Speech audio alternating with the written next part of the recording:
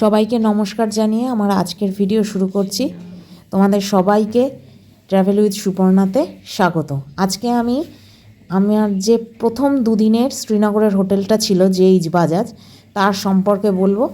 আমি তোমাদের আগের যে ভিডিওটা রয়েছে তাতে আমি বলেছিলাম যে আমি দুদিনের জন্য দুটো হোটেল বুক করেছিলাম। জেইচ বাজাজটা কম রেটে ভালো হোটেল। তোমরা যদি বাজেট কম থাকে অবশ্যই জেইচ বাজাজে থাকতে পারো। জেইচ বাজাজের রুমগুলো এরকমই ছিল। আমাদের যে রুমটা সেটা বেশ বড় এবং প্রচুর বড় জানলা, কিন্তু ওদের পুরো এলাকাটা জুড়ে এই ধরনের জানলা। ঠিক এই রুমটাতেই আমরা ছিলাম এবং এইটা হচ্ছে ওদের লন। আমার আগের ভিডিওতে অল্প আমি বলেছি, এটা হচ্ছে ওদের লন, বাইরের লন এবং এত গাছপালা। এবং এই দেখো ফ্লোর দেখলেই বুঝতে পারবে সব কটা ঘরে এই মিডিল ফ্লোরের ঠিক দোতলার যে ঘরটায়, এই ঘরটাতে আমরা ছিলাম। এই হচ্ছে ঘরের পুরো দুদিক ধরেই জানলা এবং কটেজ রয়েছে এখানে। কটেজ যদি 4 জন থাকো তাহলে কিন্তু অবশ্যই কটেজেও থাকতে পারো।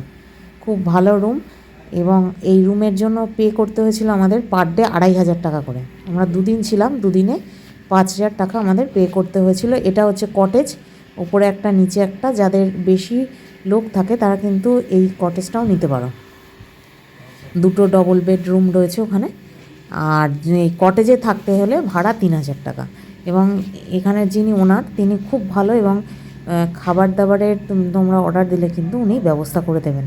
এবং যে কোনো গাড়ি বা অন্য কিছু, মানে গুলমার্গের কেবল রাইড, এগুলোরও কিন্তু উনি, বা ওখানে কোন কোন জায়গা দর্শনীয়, কোনখানে মার্কেট ভালো, সব কিছু কিন্তু উনি গাইড দিয়ে থাকেন।